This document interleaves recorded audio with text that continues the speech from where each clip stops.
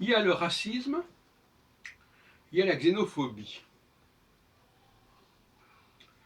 Deux mots, lequel est le pire, lequel est le moindre?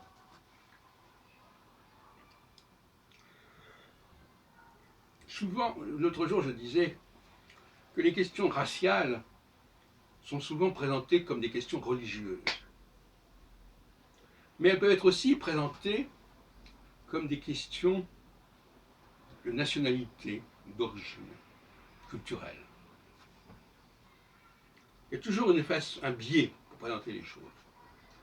Il y a un tabou, on ne peut pas présenter les choses de manière claire, donc on va jouer soit du côté religieux, soit du côté étranger. Il est étranger.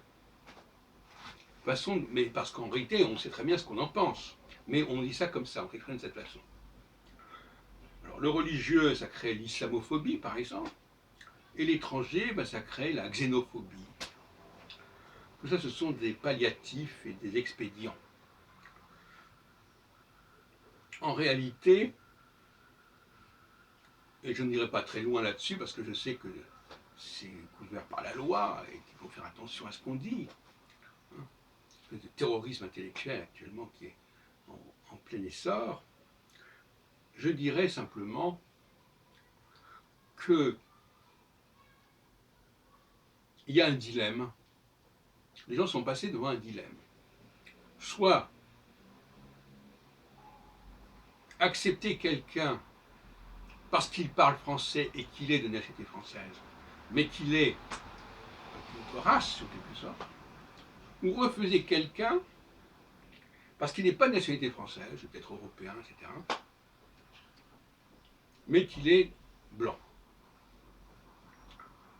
Voilà comment ça fonctionne.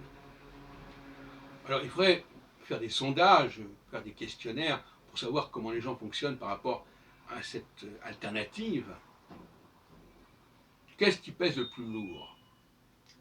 Le fait que quelqu'un soit d'une autre race, d'une autre couleur, ou que quelqu'un soit d'une autre nationalité, ou en tout cas ne